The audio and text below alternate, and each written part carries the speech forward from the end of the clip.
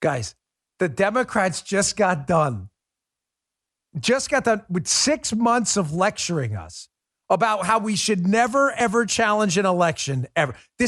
You all know that. I don't want to keep repeating this because you're there and you lived it. This goes to show you the epic frauds these people are. They are total phonies.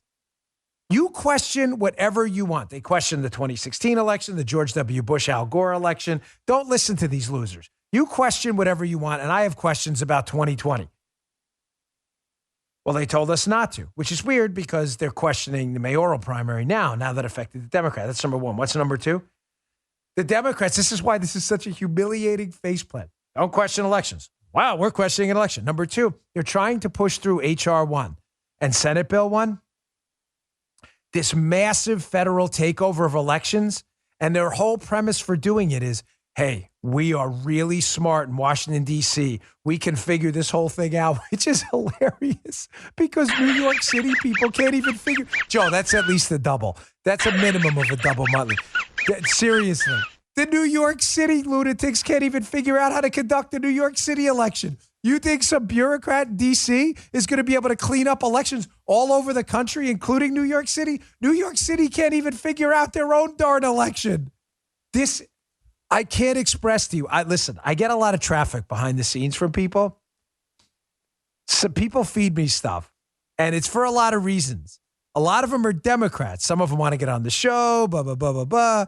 They pitch stuff to you. If you're in the content business, you know what I'm talking about. Our political opponents want to get on the show too. So they'll send you stuff and ideas so you get to see what they're thinking. Listen to me. You have no idea how humiliating this is for the Democrats and how they are sweating bullets and clawing at their faces over the embarrassing New York City mayoral primary on the Democrat side. It is driving them. It is undercutting every single thing they said. Well, what happened? We talked about it yesterday. These idiots in New York at the Board of Elections submitted 130,000 test ballots to test the equipment. This is so stupid. It's a federalized elections. Maybe you should figure out how to do it they forgot to take the test ballots out. That's right. They're too busy. Joe, can you give me another Muttley? It's not really 3 Muttley. It's like a 2+1, but it's important right now because it's a 2. We haven't done a 2+1, I think. He's right. Oh, my eyeball. He's right. They're too busy investigating Trump's CFO for free parking. They can't even figure out how to elect a mayor. These dipwads. They loaded test ballots and never took the results out. So, of course, what happens every time the Democrats face plant in humiliating fashion? Well, let's go back to how we started the show.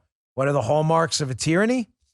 Well, leg number 3 of the stool, you need corrupt media to cover up for the power party every single time. So every time the Democrats screw up, what does the media do? They don't write a story about the Democrats screw up. The story becomes about the Republicans' reaction to the Democrats screw up, to put it on Republicans. And we frame those as, get it ready, Republicans pounce.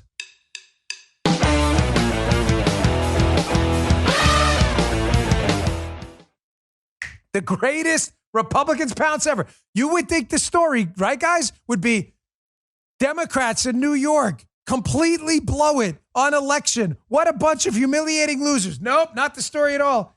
Here's Max Greenwood at the Hill. Trump and the GOP seize on New York election board problems.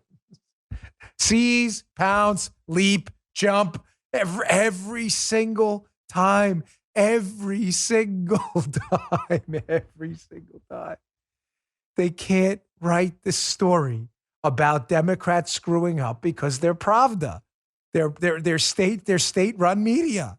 So they have to write the story about the Republican response to distract you. Once you see Republicans pounce, you can never unsee it. And thank you. Seriously, thank you to my audience who keeps sending into our email. It's on the website, all these great Republicans pounce stories. They're hilarious. Once you see them, You will never, ever seize, pounce, jump, leap. Look for them all. Republicans attack. It's the same thing every time. Here's another, Pat Tipke found this one. Here's the Washington Post, the absolutely hapless Philip Bump. I mean, one of the legendary losers of media.